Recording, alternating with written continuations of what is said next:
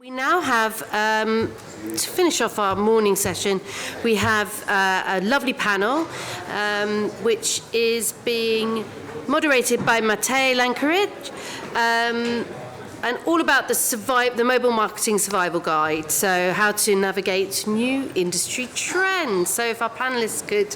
Right, thank you very much for coming. Is this the last discussion for... Okay, so yeah, thank you. Bear with us, 40 more minutes and then we're good. So thank you very much for coming again. Welcome to the panel. To kick this off, let's start with introductions of you guys, the companies you work with. Let's start with ladies. Iris, how about you? Let's start with you. So hi everyone, I'm Iris Gomez-Sanchez. I'm a manager at AppLovin's business development team, and I work across the EMEA region. And basically at AppLovin, we help developers of all sizes to scale their apps through our user acquisition platform, App Discovery, as well as help them monetize their games better through both our ad networks and monetization platform, Max. And my role primarily involves fostering strategic relationships with those partners and help them and consult them basically in a holistic way across both UA and ad monetization. Hi everybody. I'm Yolanda. I came from an engineering academic background and decided to shift to the gaming industry 14 years ago. I worked with, as the marketing person, I worked with PC, MMORPG titles, and then eventually moved to the mobile world, worked with mobile apps and games, and now I'm working for Nativex. Nativex, we are a global marketing agency. We help game developers and advertisers run user acquisition as well as branding campaigns on various kind of media platforms. For example, we've been for a long time the global official partner of TikTok. We help our clients run campaigns optimized towards the set goals, especially providing culturalized, localized creative productions to be included in the managed service. So besides this kind of global platforms, we also represent regional, less known ones. Like, for example, if a platform only exists in Japan, but 90% of Japanese users are on it, then those are the platforms that we try to bring it to our advertisers. So we have this kind of solutions in Japan, in Korea, Southeast Asia, basically the entire China, everything in China, Latin, MENA, basically the regions outside of the tier 1 markets. Yeah, so that briefly summarizes what we do in terms of media buy, in terms of influencer placements, in terms of community management, basically everything with the same aim to help with the marketing of our clients. That's a very impressive intro. Thank you. No, Thank you. Very impressive. Danil, how about yourself? Hey everyone, I'm Danil Moskovoy. I'm a director of growth at Tripledot Studios. I'm one of the leaders of the user acquisition team. Tripledot is a mobile gaming company based here in London and other places around the world. We were named Europe's fastest growing company by Financial Times last year. And we operate a few games such as Vodoku, Triple Tile, and Solitaire. They're fairly successful games with in-app ads monetization. And we also work on multiple other projects behind the scenes. Nice. Roberto. Cool. Hi, my name is Roberto Kusabbi. I work for King, and I've been at King 4 years, and now I oversee product marketing for Candy Crush. Hopefully most of you have heard of it. Before that, I worked at a variety of gaming and sport companies and TV, and excited to learn a lot from the panel as well. Nice. And my name is Matej. I've been in the industry for 10 years, do UA consultancy, work in different companies, have my own creative team, and most importantly, I'm a host of 2.5 Gamers podcast.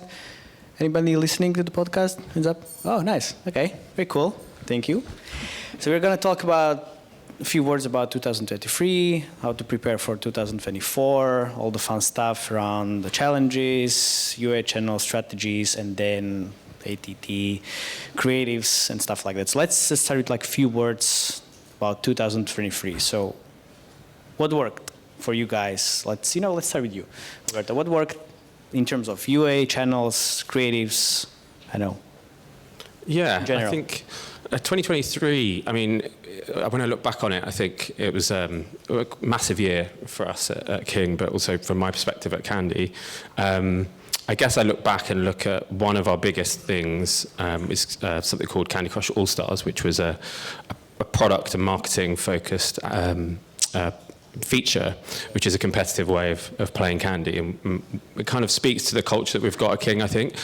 This one was the biggest one we've done, but actually it took 4 years to get to this point. And I think that's something I look at as something I'm really proud of. We gave away a massive prize pool, which took us a long time to get to that understanding. So that's something I look back on in 2023.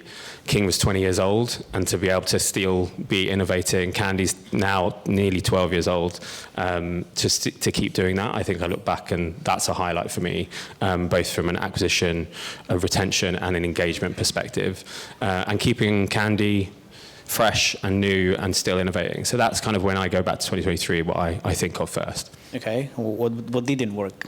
Ooh. Where did you fail? Oh, I don't like the word fail. I think learn. Learn Where did I the learn? most, okay. I learned a lot about myself as an individual. I think in our industry, I think you have to be able to manage change, and that's why I kind of facetiously say I'm not sure about failing, but I think there's loads of things that don't work how you plan. Be that a season, be that an event, but I actually think the accumulation of all that for me is why we can get to things that work. And our approach is always to test and learn.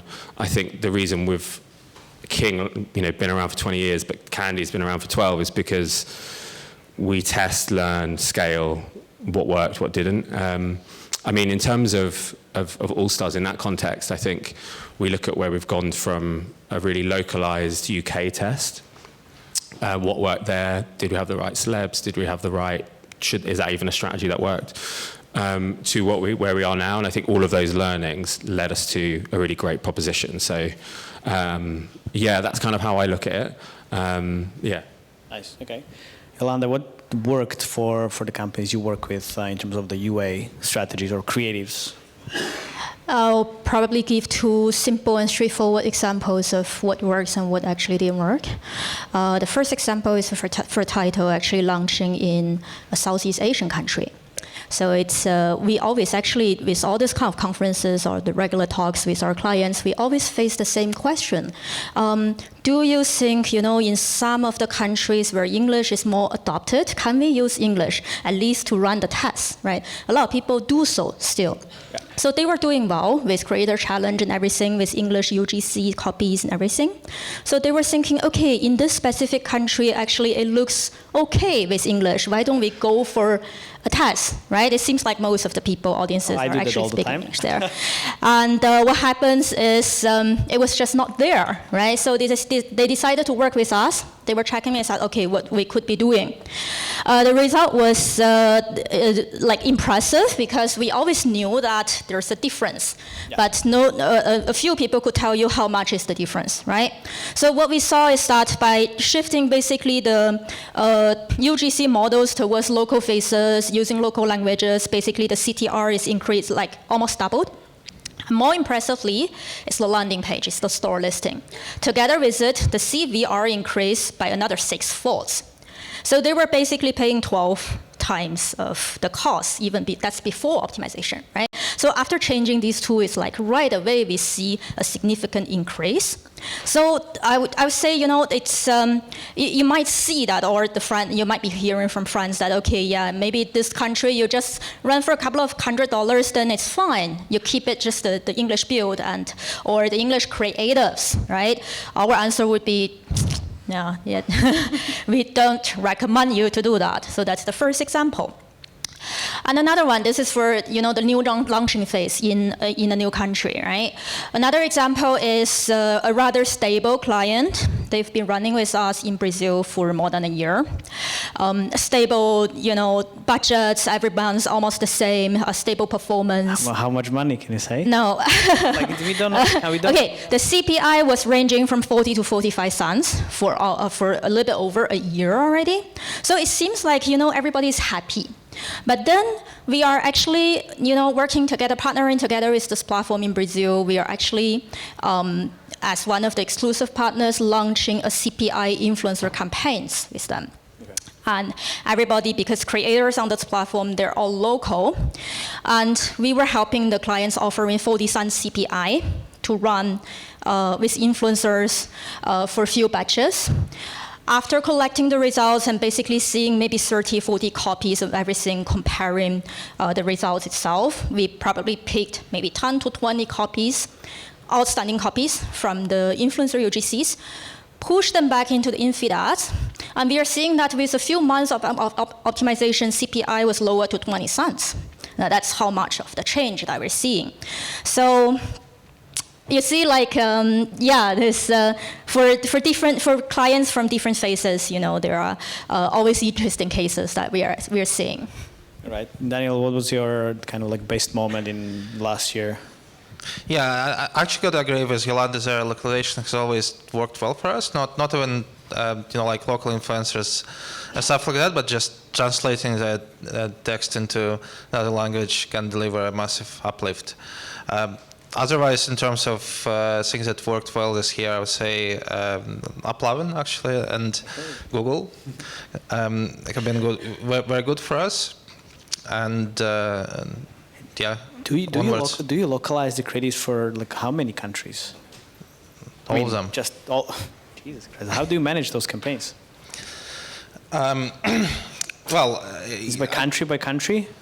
It depends. We do it by tier, and on certain channels like Facebook. Yeah. I guess you have DLO. It's the dynamic language optimization, placement, asset optimization, so you can upload creative for each language. So you use dynamic language optimization. Okay. Yeah. Okay.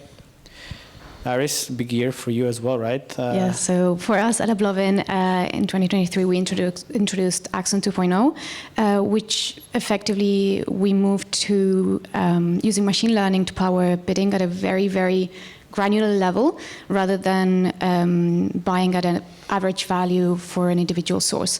So with that, what does that actually mean is that our partners actually... No, because the AppLovin was one of the best channels for me last year, and since Axon 2 happened, exactly. Went up. So that's what everyone saw, right? All of our partners just saw overnight increased accuracy on their campaigns, increased scale, and overall as well a reduction on the amount of workload. And that's because basically with Axon 2.0, you're able to run much more effectively across different geos as well. So our algorithm now optimizes on a global basis, and it finds the right users, the right scale, the right value for your campaign across the different geos and the different targeting that you have. And as well, obviously, we can run in terms of creatives as well. You can run different creatives, localized as well. I mean, that was not a new thing, but let's say that it's easier to manage as well through our API, etc. And also, I would want to speak to the fact that with Axon 2.0, also our partners were able to run multiple campaign strategies as well, leveraging different campaign types that opened up with Axon 2.0, and effectively being able to tap into different segments of users across those campaigns. So, for example, ad ROAS, which optimizes obviously towards ads, and you're able to leverage it if you're using our mediation platform Max. IAP ROAS, where we have day 0 and day 7 optimization types for early segments of users or later progression users, as well as obviously blended ROAS campaigns that optimize towards both IAP and ads, and so cost per event and cost per purchaser campaigns, which allow you to gather highly engaged, highly retaining users at an overall lower cost. So yeah, I would say 2023 for us was very busy, for sure, but very rewarding. And in terms of creatives as well, we also updated our creative optimizer. So now it basically powers the right creative to be shown to the right user at a very granular level versus before. And in terms of what worked, in terms of creatives, I think that was your second part of the question. That was, simplicity is key. You need to really get the attention of the user within those first 3 seconds of an ad. So make sure that you get rid of any cognitive dissonance. You know, in those first 3 seconds, focus on a hook, a storyline, or a theme. Get rid of your UI. You can add it on later on, and make sure that that does speak to your user or the users you want to acquire. And then, yeah, I think what you said as well, testing and keeping close to the data. Yeah, but for you, it's more the best kind of creative format is like playables, right? Yeah, exactly. So playables, let's say it's, I can't stress enough how important it is to have a good amount of playables and a good variety of playables, just because what does it mean, good variety? How often you need to change the refresh the creatives? It really depends on the scale of your campaign, right? If you're running a campaign 5K a day. Okay, so if you're running 5K a day, that gives you quite a lot of enough room to add a few creatives. We recommend not to add creatives every day. Keep it every week, every 10 days. That's a good ratio. And in terms of video creatives, add 3 to 5, for example, and maybe test a new playable every couple weeks or once a month. But I think what the important thing with playables is to make sure that they are in line with your video creatives and that they kind of follow a little bit so it's like an extension of the video, right? Exactly, yeah. I mean, you can also test out differently, right? As I said, it's better to look at the data, and whatever worked 3 months ago might not work tomorrow. So just keep testing and keep learning. But yeah. Okay, in terms of challenges then, like for 2023, what are the biggest challenges? Because, yes, for example, AppLovin was the best channel, but sometimes on some games I really had hard time scaling. Mm-hmm. Have you seen that on some games? Any specific genre or monetization strategy or something that you've seen? I wouldn't say that there's like a specific genre or a type of title that doesn't work on AppLovin, to be honest. What I like, in fact, like speaking to what the challenge was back, I think it was April. I can't remember too much of the time because it was crazy for us. But I would say that was our biggest challenge, right?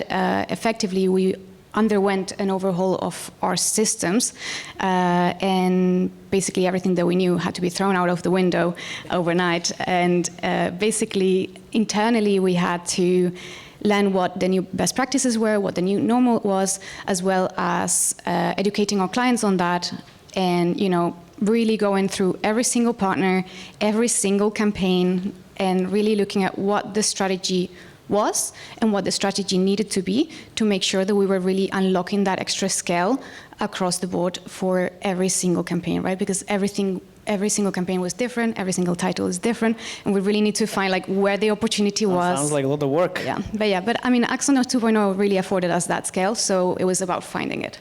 Yeah. Nice. Okay, challenges on your end, Danil? Anything you can talk about? Yeah, I think a year ago at those events, CTV was the buzzword. Everyone was saying let's go CTV. Saying like a year later, I want to say it didn't work out quite as well as we hoped for. There was like a bit of a challenge. Distribution at first, and that only recently got resolved, and now we're still cautiously optimistic about it, but it's not quite the portion of the market that it might have been, at least what seemed like a year ago. And I think Facebook as a channel has also been going through what seems like a rough patch, but actually in the last months, I'd say there are some positive signs as well. Oh. Good to hear. Those are the major things for me. For me, it's absolutely terrible.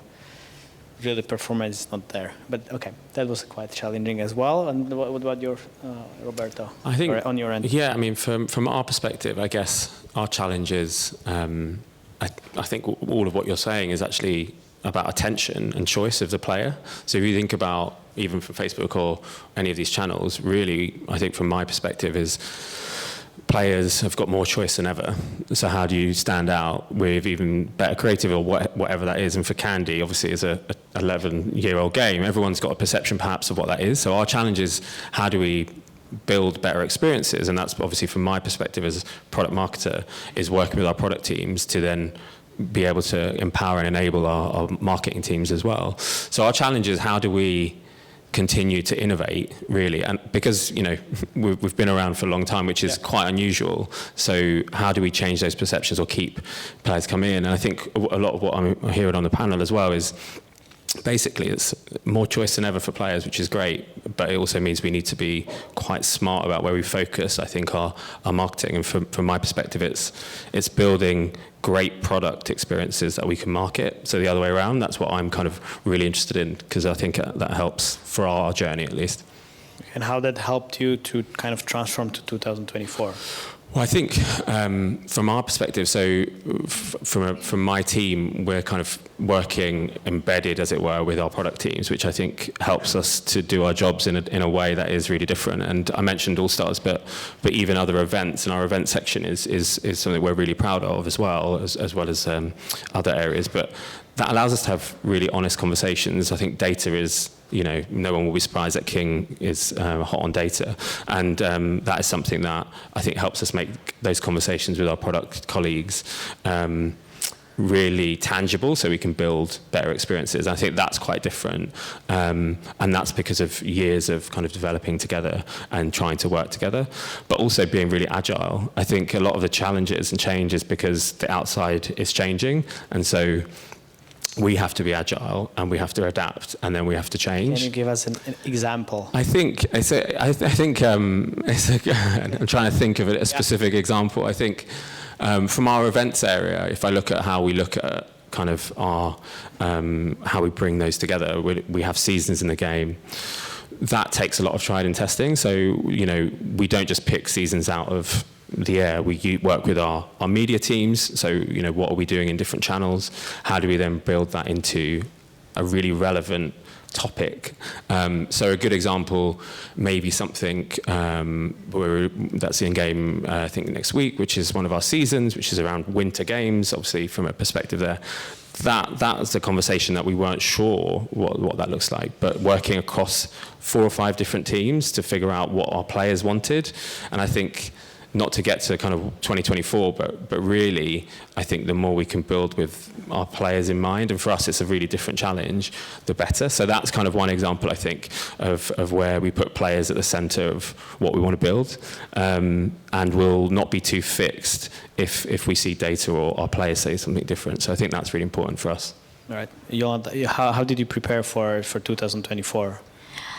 Well, I mean, it's hard to get prepared, right? I know. It's not like on the other hand, it's like we are always ready. It's kind of like because our role, we are the middleman. So on one hand, we always need to try to keep up with what is actually available there, right? What's available in the market? What are the new solutions? What are the movements of, for example, you know, tracking stuff and everything? So we need to make sure that we get an idea of what is actually working, what's not working, so we can provide the correct matching services to our clients. And that's the other side. The other side is, what is our clients looking for? And we would always need to try to fill the gap. So the gap could be, you know, if it's skill sets, it might be the easiest way, because we just build the skill sets, right? Try to fill the gap there. And sometimes it's not only the skill sets, it's probably not the right solution there. So in the past, I remember maybe 2 years ago, 1.5 years ago, everybody was talking about UGC here, right? So then in the past, we've been, you know, working closely with creator challenges, for example, with the CPI influencer program I was just mentioning during the success case session. There was you know, other solutions as well that we try to work together with the media platform actually to make those testing features ready for the market. So of course, in ideal scenario, everything works out, everybody's happy, but in certain scenarios, it doesn't really work. Then we move on, right? So that's another aspect, like from the solution aspect. And then there are also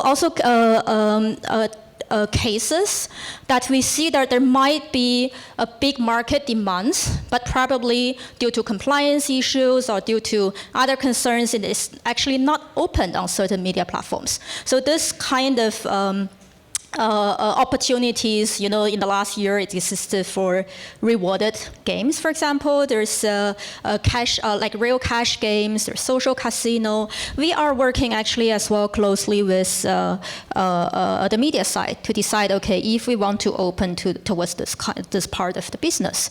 So these are all the things that we've been doing and we will be doing as well for 2024. In the beginning of the year, we're already seeing a few changes here and there. We see that Brazil is updating their policy. What are the changes? Tell us. What? Sorry? What are the changes that you see already in 2024?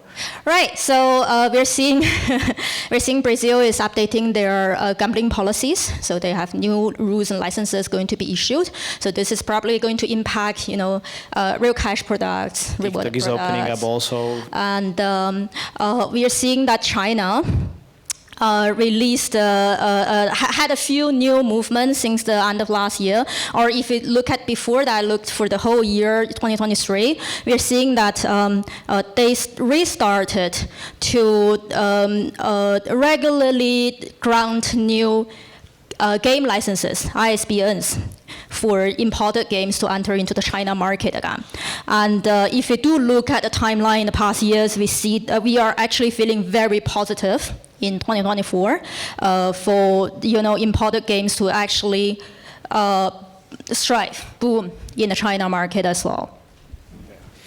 Danil, you mentioned Facebook is kind of picking up or started pick up in the last few months. What are your best channels at the moment in terms of the UA? What are your best channels in terms of the UA? It's a fairly standard set. AppLovin, Google, Facebook, and that's like the Unity as well. I would say I wouldn't surprise you if I told you the rest of the list. Okay. You also mentioned that you're working on like few new projects, right? So the ATT and all of the fun stuff around IDFA. How did that kind of change your approach to, let's say, soft launching or maybe launching new games? I wouldn't say it changes it that much. I think my personal opinion about IDFA and all those upcoming challenges around privacy and attribution is that it's actually less about attribution, it's more about other implications to the market. So even when IDFA appeared, like you can still leave a SCAD. There's SCAD network data you have, there's opt-in data you can look at as well. I think people tend to focus a bit too much on attribution when discussing those topics, while the actual impact is more on the CPM side, both monetization inside the game and buy side. So I think like soft launch, yes, definitely it did impact attribution to an extent, but it's an extent that we can manage. The bigger question is what long-term implications it has for like stuff like ROI, payback windows, and so on. So I think that's the part of it we are focusing on a bit more. And on the scan kind of evaluation side, you're using only the day one data, or you're building prediction models out of it? How does that work on your end? We are looking into a combination of those approaches, and looking into Scan 4 and as well, which obviously hasn't seen wide adoption, but we are looking at that as well. How does that looking at Scan 4 look like? Because it's a nightmare for me and for other companies, and nobody's prepared, but everybody's like, it's already here. We don't know what to do. Well, I mean, it's already available, so if you can test it if you'd like, which is exactly what we're looking into. Okay. For you, Roberto, Candy Crush 3D is out, soft launching. Any changes on that end, or how do you approach? I have to ask. I mean, we've got, as I mentioned, but we test lots of different things in market. I mean, my focus is Candy Crush Saga, but yeah, obviously as a business that's survived, been around for 20 years, and we test and learn and then put that into place. But yeah, my focus is very much Candy Crush Saga, which I'm very happy about, but is a big challenge. 15,000 levels. It's a slightly different, from a live experience challenge. Okay. So Iris, anything you can add to, for example, if companies are using AppLovin in soft launch, or is it more like, okay, well, you need to have a certain scale and then you can work with it? Yeah, so previously, running campaigns at AppLovin, you really needed to have hit some key thresholds to be able to run with us. Nowadays, let's say that we can be a little bit more flexible on those, but there's still kind of certain, you need to have certain scale on your game before coming to AppLovin to run UA. We have successfully launched a few really good soft launches. Yeah, can you talk more about the scale? Because usually, I want to add AppLovin monetization stage, and always oh, I don't know if I have enough installs. It's 1,000 installs per day from certain geo, or how does that look like? Yeah, so in general, we do focus on, let's say, around 1K per day users. On a key geo, right? Okay. But having said that, it varies title by title. So let's say there's not 100% that is what always is going to be. But yeah, we work, as Roberto mentioned, we are always innovating, always changing. So we're up for testing different things and different strategies as well. So in general, even though we do have certain thresholds, we don't want to... that's music to my ears. Roberto, you said, Candy Crush is all the game. What's the UA channel mix for, let's say, Candy? And is it also quite a lot about re-engagement of old players? Yeah, I mean, again, our channel, similar to what Daniel said, I mean, the list won't be a surprise.